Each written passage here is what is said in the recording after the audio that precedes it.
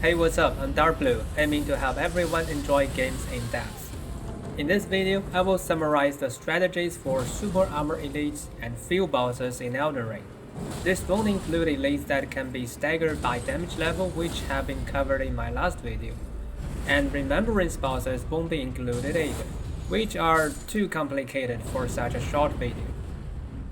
Now starting with super armor elites. Since they cannot be staggered with damage level, they are usually harder than their staggerable counterpart. However, most such elites have some special weaknesses that can be exploited to significantly reduce the difficulty. As a start, Hor and Warrior, including Divine Bird and Divine Beast variants. They have two weaknesses. They are rather fragile, unable to take much damage, and they are weak to sleep. The sleep weakness is especially important as during the sleep stun, rank 3 damage level and stronger can knock them down, increasing the stun window.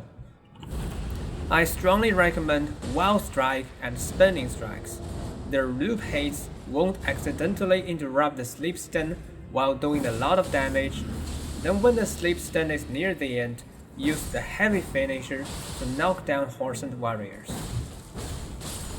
Large skeletons, very easy to backstab, and additionally, you can use the skill of Golden Epitaph, which is a global buff to prevent skeletons from reviving. Watchdogs use crystal darts to make them aggressive to all enemies instead of only you. If there are two watchdogs in the same room, this will make the fight pretty easy. Abductor Virgins, weak to lightning damage, or more specifically, how many lightning hits they receive. You need to attack more frequently and don't need to pay attention to how much damage you deal. Several hits are enough to stagger them, giving you an opening for serious damage. There are many approaches to this goal, but I myself prefer spinning weapon, which is quite fun. Royal Revenants, weak to healing incantations. The damage they receive when you cast healing incantations is fixed, not related to the healing amount, so the lowest healing incantation is enough. For characters that don't invest into faith, crystal tears and talismans that grant faith bonus should be enough. All kinds of animals are weak to sleep. They're not only weak to go into sleep, but they can also be critically hit once they are asleep.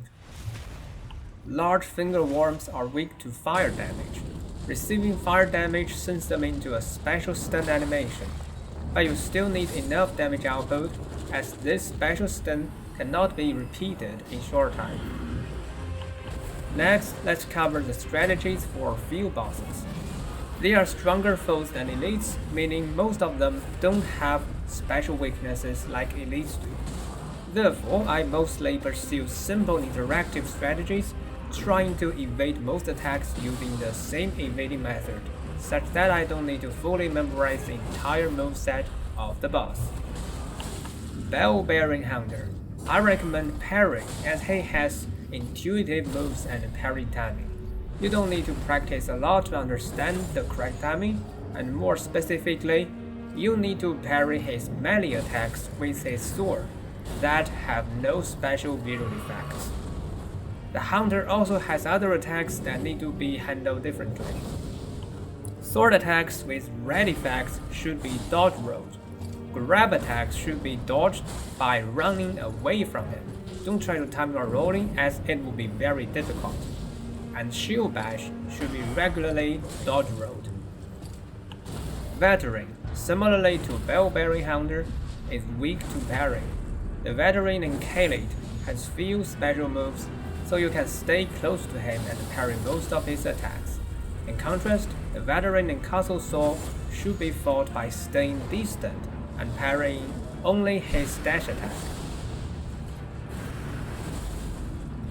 Flying dragons have very predictable attacks, making them in fact pretty squishy. The recommended strategy is waiting for the chance to hit their heads instead of attacking their feet or wings.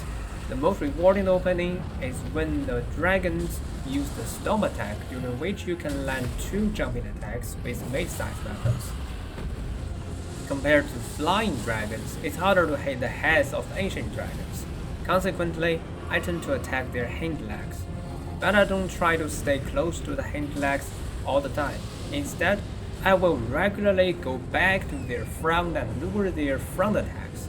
Then during the window of the attack, I run to the hind legs and attack back and forth. Magma worms with a lot of AoE attacks. If you stay close to them, it'll be really hard to read these attacks. But once you try to get a bit distant from them, you find it quite easy to time your dodge.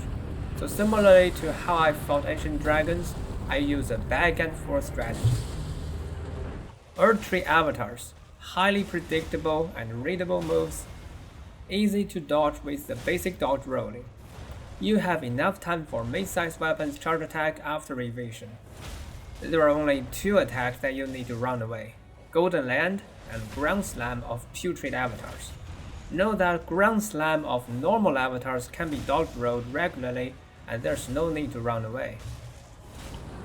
Tree spirits, similar to Magma Worm, you need to get a bit distant such that you can clearly see what they intend to do next.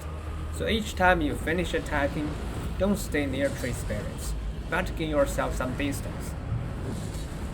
Of course, some weird attacks of tree spirits are hard to dodge with the basic dodge rolling, even when you can clearly read them. This is why Raptor of the Mists can be helpful. Worm Faces, the last minor Earth Tree boss. So this boss has many attacks that are hard to both dodge and counterattack, targeting at close distance players. In contrast, if you are not close to them, their attacks will be very squishy. So again, I use a back and forth strategy for Worm Faces. It's also suggested to use Bloodhound Step or Quick Step to make yourself move faster. Night Cavalries, one of the 2 cavalry field bosses. They have many attacks with their main hands, but few attacks with their offhands. So it's a good choice to stay at their offhand side. Additionally, as they are very agile, quick attacks such as light attacks and wild strikes can be handy in the boss fights. Tree Sentinels, they have slightly more offhand attacks than Night Cavalries, but these attacks are still easy to dodge. If you feel some difficulty with the basic rolling, maybe consider all kinds of dodge enhancement gears. In addition, they can be stunned with knockdown damage levels, making Giant Hound, Lion's Claw, and Stamp very good choices. Falling Star Beasts, they have many slow attacks that are hard to time the dodge roll. As a result, I recommend Raptor of the Mists. Its long iframes makes it especially suitable for this boss.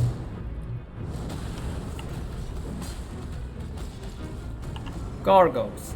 Their dodge timing are intuitive, but they have a quite large moveset, making memorizing it not simple work. So I tend to use Quick Step and Bloodhound Step as minor iframe enhancement. In this way, I no longer need to memorize the entire moveset. Additionally, try to avoid thrusting attacks and try to use attacks with long travel distance. This will help you better hit gargoyles.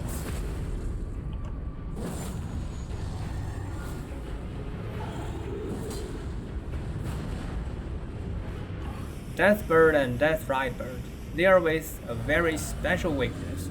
They count as undead, so you can use the buffs that give you very strong damage against the undead. There are mainly 3 buffs: Golden Epitaph Skill, Secret Order, and Secret Blade.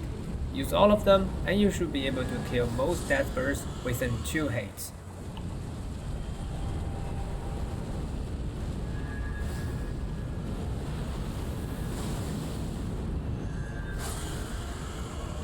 In the end, let's talk about some DLC bosses. Ghost Flame Dragons, the same as Deathbird, they count as the undead. With the same 3 buffs, you can easily kill Ghost Flame Dragons. Furnace Golems, weak to Raptor of the Mist. You can also craft some hefty furnace pot, throwing it into their heads after doing the critical hit. Bloodfiend Chef. My choice is to stay close and run to its back. Since most time I'm only using light attack, I use buff skill or Bloodhound staff.